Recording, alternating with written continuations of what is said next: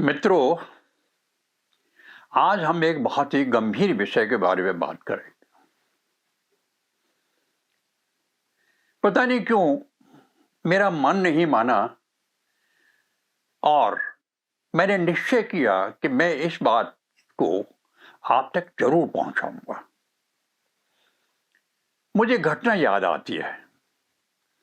उधमपुर में शाम को बार पे मैं बैठा था। एक यंग ऑफिसर आया।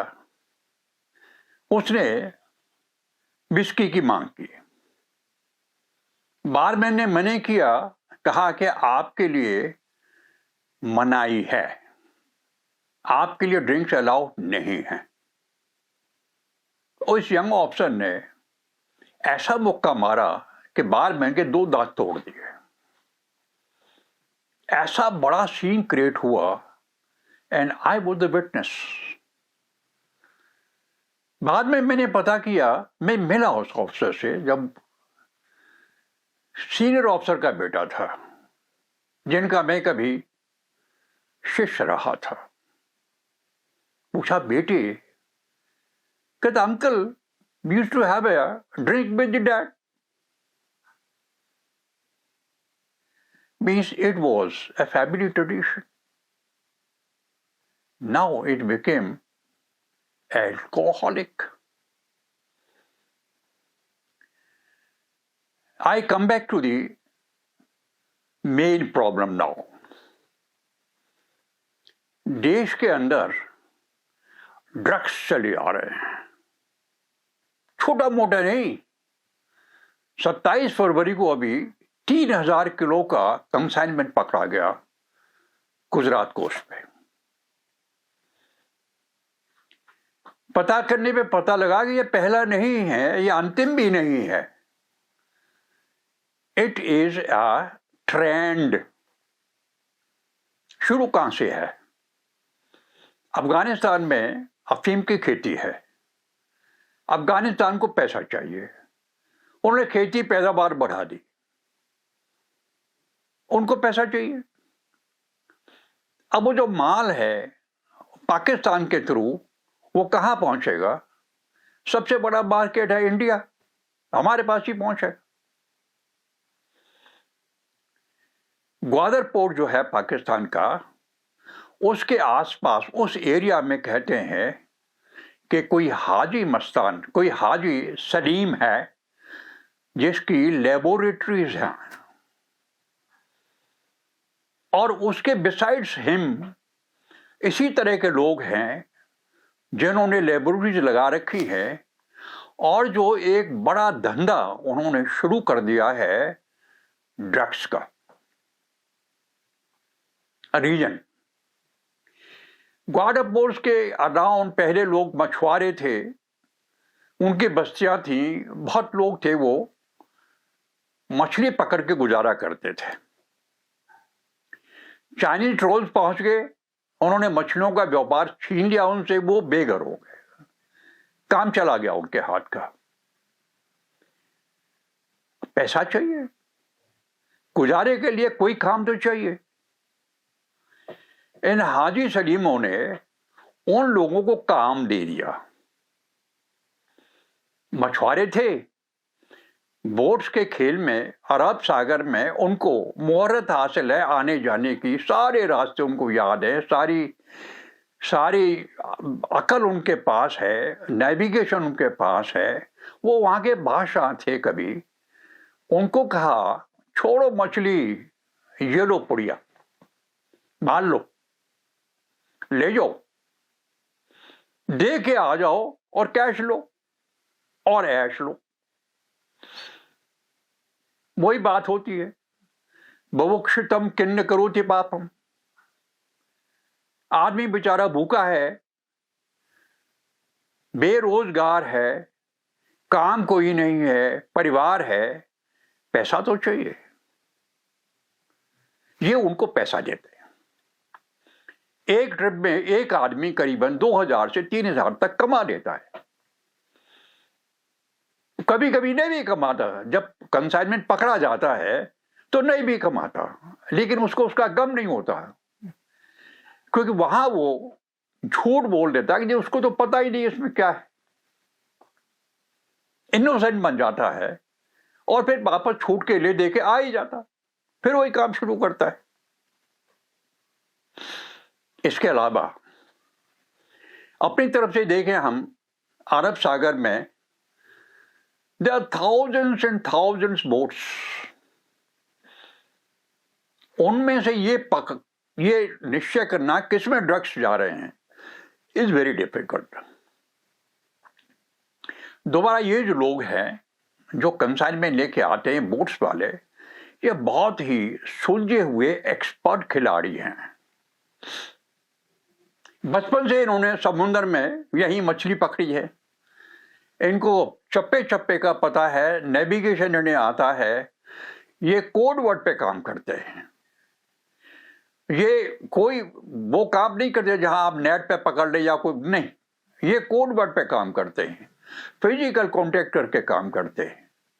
इनका पकड़ना बड़ा दुश्वार है, मुश्किल होता है इनको पकड़ना, और ये माल पार करते रहते हैं। अब अपने देश की बात करते हैं हम। जैसे मैंने पहले बात की थी, दो ट्रायंगल्स के बीच में आ गए हैं, एक गोल्डन ट्रायंगल है, एक गोल्डन क्रीसेंट है। इधर अफगानिस्तान है, उधर म्यांमार और वो है। दोनों तरफ से माल देश के अंदर आता है। उधर से पंजाब में, गुजरात में माल उतरता है, वहां से ट्रक्स में लोड होकर पूरे देश में पहुंच जाता है। उधर असम और बांग्लादेश और ये हमारा बंगाल का बॉर्डर पड़ता है, यहां से माल आता है, देश में खप जाता है। और देश में लेबोरेटरीज हैं, सारी सुविधाएं हैं पैकिंग की, यहां नेटवर्क है, यहां से देश में माल बाहर भी जाता है और देश में भी खपता है। Now I come to the crux of the problem. Pakistan ने अभी जो आतंकवाद का युद्ध हमारे खिलाफ छिड़ा हुआ था, उसमें सुधार कर लिया है। आतंकवाद में 2-4 आदमी मारे जाते हैं, कहीं कहीं एक बार का आप बम फाड़ देके पकड़े जाते हैं। सतर्क है, बॉर्डर पे बिल्कुल लोग अभी बंदूक ताने बैठे हैं, तो वो चल के नहीं दे रहा, अभी वो चल के नहीं दे रहा। लेकिन ये जो नया धंधा इन्होंने पकड़ा है, टू डिस्टेबलाइज द कंट्री, देश को अव्यवस्थित करने का जो नया आतंकवाद का रूट इन्होंने तलाश किया है, it is very very dangerous. आप देखिए ये चोट कहां करता है, ये सैनिक पे चोट नहीं करता है, ये हमारे यूथ पे, हमारे युवाओं पे चोट कर रहा है। इसमें पैसा बहुत है, लश बनी, बहुत पैसे की वजह से, जैसे अभी वो मछुआरे, बेघर मछुआरे काम करते हैं, ऐसे यहां जिन लोगों के पास काम नहीं है, आमदनी नहीं है, रोजगार नहीं है, उनको ये लोग टैप कर लेते हैं, लालच दे देते हैं, मोटे पैसे का लालच देते हैं, और वो फंस जाते हैं। They become the carriers, distributors, the communication to reach the customer. और जिंदगी खराब, क्योंकि एनडीपीएस के नियम बड़े सख्त हैं, जो एक बार पकड़ा जाता है वो बर्बाद हो जाता है। दूसरी ओर रेप पार्टी चलती है, वहां डिमांड है ड्रग्स की जहां होनी नहीं चाहिए। संभ्रांत लोग ये दिखाते हैं कि वो कितने बड़े हो गए हैं, और रैप पार्टीज में उनके भी ड्रग्स सर्व होता है। सबसे बड़ी मुश्किल यहां है, अगर हम ही उन्हें प्रेशर ना दें, अगर इसको हम डिस्कार्ड करें, लोगों को समझाएं कि बहुत बुरी चीज है, समाज का सत्यानाश कर देगा ये एनडीपीएस का धंधा, तब जाके कहीं बच सकते हैं। इसमें सबसे बड़ी जिम्मेदारी समाज की ही है। पुलिस अपना काम कर रही है, वो ये नहीं कि पुलिस नहीं काम कर रही है, लेकिन ये पुलिस के बस का है नहीं। पैसा है, लोग छूट के आ जाते हैं, बेल करा लेते हैं, और बड़े धंधे हैं। और कितने लोगों को पकड़ लेंगे आप? कितने लोग पकड़े जा सकते हैं? नियम कानून है, मानते हैं एनडीपीएस में 20 साल की सजा है, लेकिन ये कोई डिटरेंस छोटी मोटी है, बड़ी कोई डिटरेंस नहीं है। जहां एक बार पैसे का लालच है, जहां मोटा पैसा है, वो आदमी भूल ही जाता है कि कल को उसका क्या हाशिर हो सकता है। और सबसे बड़ा इसमें जो सबसे बड़ा टारगेट है इसमें, वो है हमारा देश का यूथ। एक चारित्रिक नुकसान होता है। एक बार आदमी इस धंधे में, इस ड्रग्स के धंधे में पड़ गया, बिल्कुल बेकार हो जाता है, सूख जाता है आदमी। दूसरा, जो धंधे में पुलिस ने पकड़ लिया वो गया।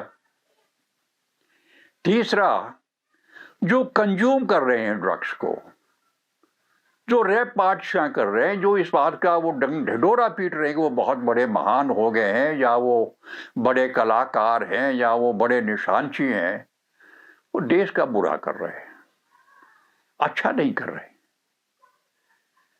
और इसमें पाकिस्तान विजयी हो रहा है। बगैर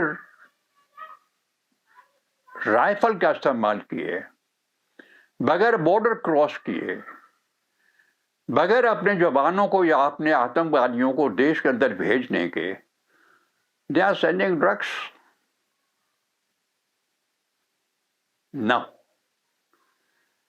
now it comes to us. हम क्या करें? समाज क्या करे? प्रबुद्ध लोग क्या करें?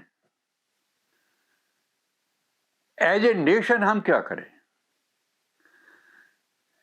आई से डिमांड एंड सप्लाई। डिमांड को खत्म कर दें, सप्लाई अपने आप खुद ब खुद खत्म हो जाएगी। We should stop it vehemently. We should go to the people, go to the organizations. We know it. ये नहीं कि देश में हमें, हमारी आंखें नहीं, हमें पता नहीं कौन क्या कर रहा है। समाज से ये चीज नहीं छुपी है, पुलिस से छुपा है, कानून से छुप सकते हो, समाज से नहीं छुप सकते। हमें क्या पता नहीं। इसलिए मैंने आज बात कर रहा था, this is our duty to stop the demand, supply will stop.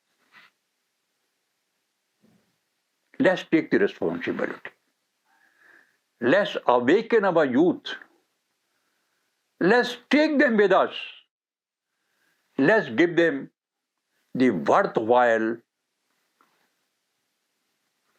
worthwhile job, opening, money, place in the society. They will come with us, definitely. आज के लिए इतना ही। जय हिंद।